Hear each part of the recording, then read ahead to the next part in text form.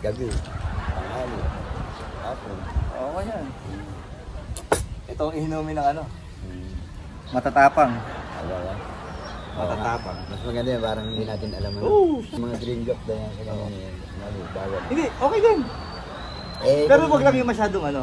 Wag lang masyado yung intimate na kabasasan. Oo, kasi kamuha yun, yung sa mga namamalakaya, yung mga binigyan ano.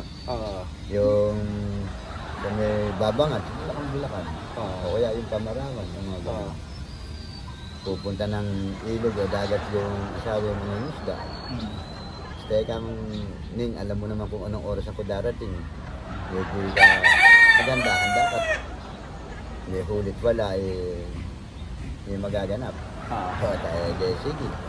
Paano hindi ako malalaman ikaw yun? Basta pinalo ko ng 3 beses yung sagwan doon sa bangka. Alam mo na ako.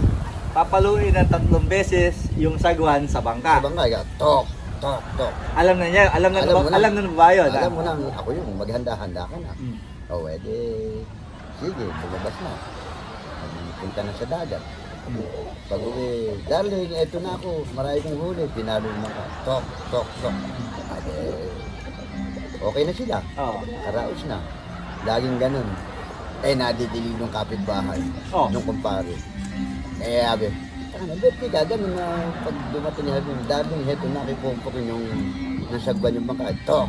Ang pupupok ninyo, mangingisda nila. Mangingisda yung asawa. Dahil andyan ako, malapit na. Eto lang kung nyari ba 10 metro lang yung dalampasigan. Titirahin na, tok.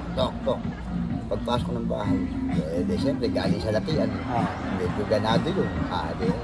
Nakaisa nga. Nadidilig ngayon noong kapitbahay, nung kumpare. Ganito si pare. Si pare may siya sa panggan. Maya-maya nung umalis na. Umalis si pare yung asawa? Pag uwi, pokpok. Tumira. Tapos umikot sa bahay yung kumpare. Tumulog na naman yung bangka. Yung sagwan. Kapupok lang yun. Pokpok na lang. Kapit bahay na pala.